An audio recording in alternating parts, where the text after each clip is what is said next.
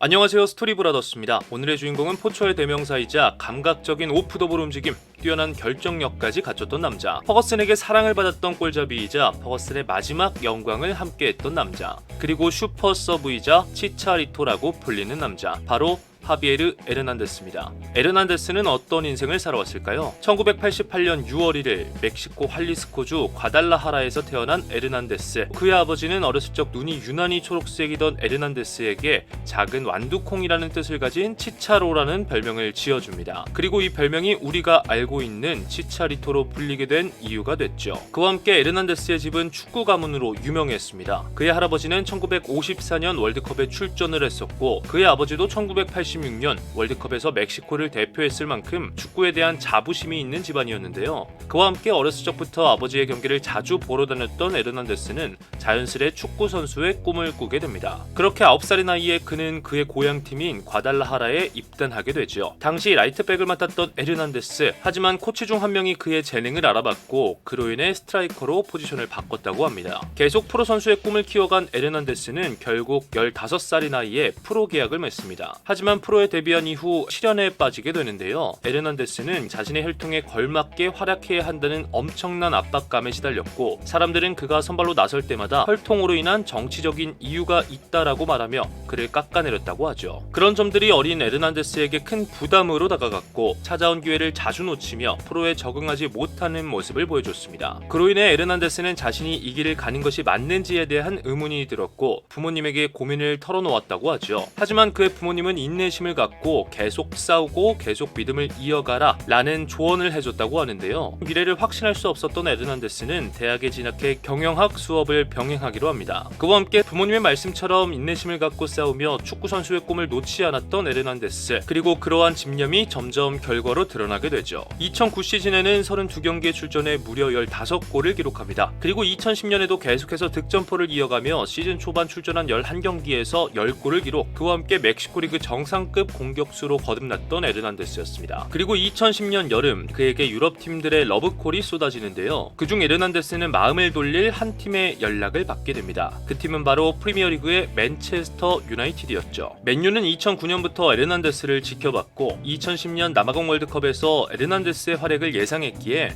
빠르게 계약을 맺고자 했습니다. 그렇게 2010년 4월 에르난데스는 맨유와 계약을 맺게 되는데요. 맨유로의 이적이 확정된 후 맞이한 2010년 남아공 월드컵, 프랑스와의 조별리그 경기에서는 특유의 움직임으로 오프사이드 트랩을 뚫고 득점을 기록하며 팀을 2대0 승리로 안내했고, 그 결과 할아버지를 이어 월드컵에서 프랑스를 상대로 득점한 멕시코 선수가 됐죠. 이후 16강 아르헨티나전에서 득점을 기록했지만 패배를 맛본 멕시코와 에르난데스, 하지만 월드컵에서의 활약은 맨유 팬들의 기대를 키우기 충분했습니다. 이후 맨유에 합류해 프리시즌부터 함께한 에르난데스는 프리미어리그에서 살아남기 위해 평소에 자신이 싫어했던 웨이트까지 시작합니다. 이후 8월 커뮤니티 실드 첼시와의 경기에서는 첫 공식 경기에 나섰고 득점까지 기록하며 쾌조의 출발을 알립니다. 이후 리그와 챔피언스리그에서도 점차 출전 시간을 늘려가며 영향력을 발휘하는데요. 이후 맨시티와의 승점 싸움이 치열했던 1월 스토크시티전에서는 선제골을 기록하며 팀에게 20경기 무패 행진과 귀중한 승리를 안겨줬고, 그로 인해 프리미어리그 역사상 최다 득점을 기록한 멕시코 선수가 됐습니다. 그렇게 에르난데스는 팬들과 팀의 기대에 부응해갔고, 그러한 활약이 그를 PFA 올해 영플레이어상 후보로 이끌게 되죠. 그리고 5월 리그 우승을 위해 중요했던 첼시와의 경기에서는 박지성 선수의 패스를 받아 득점을 기록하며 팀을 승리로 이끄는데요. 이로써 에르난데스는 바니스텔로이 이후 데뷔 시즌에 20골을 기록한 최초의 선수가 됩니다. 그렇게 리그 우승을 확정지었던 맨유는 기록적인 19번째 타이틀을 차지하게 되죠. 챔피언스리그 결승전에서는 바르셀로나에게 3대1로 패하며 쓴맛을 봤지만 IFFHS는 에르난데스를 호날두 메시보다 뛰어난 2011년 최고의 골게터로 선정합니다. 그리고 맨유 팬들이 선정한 올해의 축구 선수가 됐던 하비에르 에르난데스였습니다. 쾌조의 데뷔 시즌을 보낸 후 출전한 북중미 카리브 골드컵, 엘살바도르를 상대로 해트트릭을,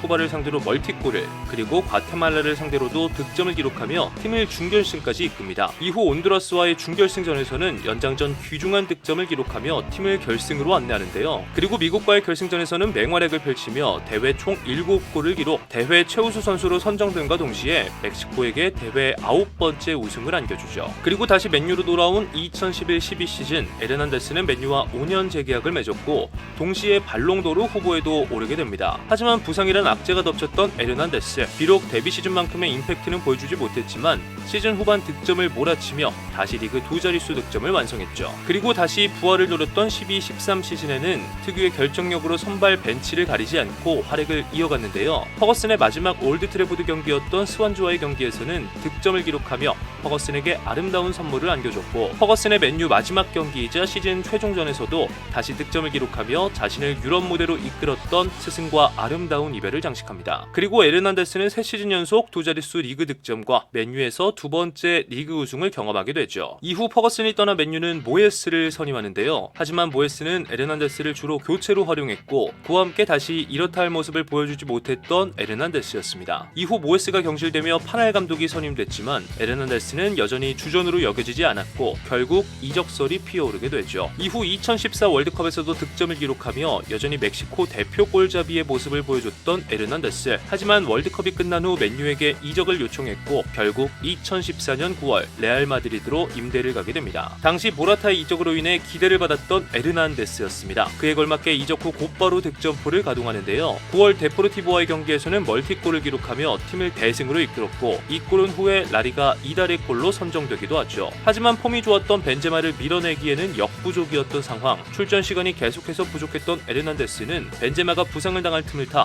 챔피언스리그 8강 2차전 아틀레티코 마드리드와의 경기에 출전하게 됩니다. 자신에게 찾아온 귀중한 기회를 놓치지 않았던 에르난데스는 1, 2차전 포함 유일한 득점을 만들어냈고 그 결과 합산 스코어 1대0 팀을 8강으로 이끌게 됩니다. 그날 교체로 벤치에 돌아가며 눈물을 보였던 에르난데스, 후에 자신에게 어려운 한 해였고 기회가 적었기에 득점이 큰 위안이 됐다고 밝혔죠. 그렇게 주전은 아니었지만 경기에 나설 때마다 영향력을 보여줬던 에르난데스였습니다. 무려 90분당 평균 공격 포인트 1.55개라는 엄청난 스탯을 만들어내며 시즌을 마무리해갑니다. 그럼에도 레알은 시즌 종료 후 에르난데스 영입을 포기했고 그는 결국 다시 맨유로 돌아가게 되죠. 이후 돌아온 맨유에서도 마땅한 자리를 찾지 못한 에르난데스는 2015년 8월 레버쿠젠에 합류합니다. 그리고 손흥민의 번호였던 7번을 이어받게 되는데요. 그러한 기대만큼 이제는 정말 자신의 진가를 발휘해야 했던 에르난데스였습니다. 그렇게 9월 데뷔전과 함께 챔피언스리그 조별리그에서 득점을 기록하며 다시 감각을 끌어올렸고 마인츠와의 리그 경기에서는 분데스리가 첫 골을 기록하며 맨 오브 더 매치에 선정되기도 합니다. 이후 7경기 연속골을 기록하며 다시 과거의 폼을 되찾았던 에르난데스는 그해 11월 분데스리가 이달의 선수로 선정되죠.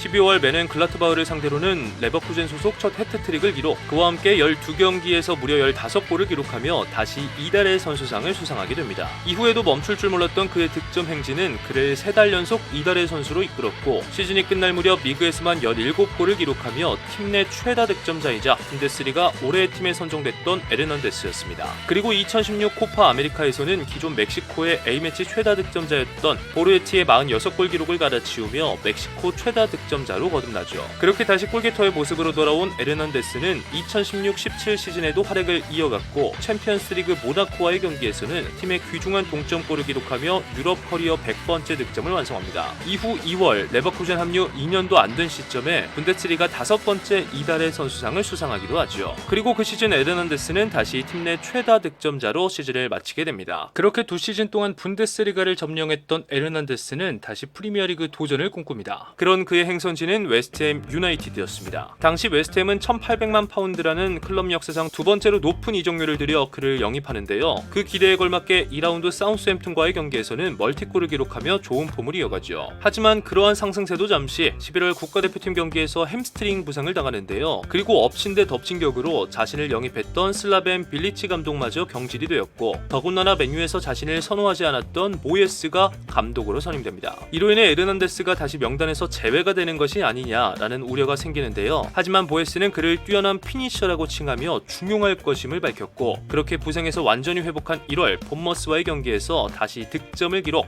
그리고 4월 자신이 유난히 강했던 첼시와의 경기에서 득점을 기록하며 첼시 상대 무려 9골이라는 진기록도 세우게 됩니다. 월드컵 이후 다시 부상을 겪었던 에르난데스였지만 부상에서 회복한 2월에는 풀럼을 상대로 득점을 기록하며 멕시코 선수 최초 기록인 프리미어리그 50골이라는 기록도 세우게 되는데요. 하지만 에르난데스는 다시 많은 기회를 받지 못했고 결국 팀에게 이적을 요청하죠. 그렇게 세비야 유니폼으로 갈아입었던 에르난데스였습니다. 하지만 이미 전성기를 훌쩍 지난 에르난데스는 이후 경기들에서 큰 영향력을 보여주지 못했고 이적 6개월 만인 2020년 겨울 LA 갤럭시로 이적하게 되죠. 비록 유럽에서 떨어진 폼을 보여줬어도 은퇴하기는 아직 이른 나이였고 그런 에르난데스에게 LA 갤럭시는 큰 기대를 걸게 됩니다. 그로 인해 리그에서 가장 높은 연봉을 받음과 동시에 이적 직후 곧바로 팀 내 주장까지 맡기도 하는데요. 하지만 그의 에르난데스는 인생에서 가장 어두운 시기를 보내게 됩니다. 자신의 우상이자 할아버지인 토마스 발카사르가 세상을 떠나게 됐고 그와 함께 코로나로 인해 가족을 만나지 못하면서 우울증까지 앓게 됩니다. 그러한 것들이 에르난데스의 경기력에 영향을 끼쳤고 폼이 좀처럼 돌아오지 못하며 언론들로부터 엄청난 질타를 받기도 합니다. 그에 시달렸던 에르난데스는 시즌 총 12경기에 출전해 2골이라는 실망스러운 결과를 낳게 되죠. 이젠 정말 에르난데스의 커리어도 끝나가는 듯 했습니다. 그리고 맞이한 2021 시즌. 하지만 어려운 시기를 이겨내고 자신을 사랑하는 법을 배운 에르난데스는 다시 폼을 끌어올리기 위해 온갖 노력을 했고 시즌 초부터 득점포를 가동하며 첫 10경기에서 10골을 완성. 이후 4월과 5월에는 이달의 선수로 선정되기도 합니다. 그렇게 리그 21경기에 출전해 17골을 기록. 지난 시즌의 부진을 완벽하게 털어내며 다시 날개를 폈던 하비에르 에르난데스였습니다. 이후 2022 시즌에도 활약을 이어가며 올스타전에 출전을 했고 MLS 최고의 스타로 거듭나는데요. 그 시즌에도 리그에서 총 19골을 기록하며 시즌 MVP 후보에 오르기도 하죠. 시즌 종료 후 앞으로도 LA 갤럭시와 함께할 것이라고 밝혔던 하비에르 에르난데스. 하지만 다음 시즌이었던 2023 시즌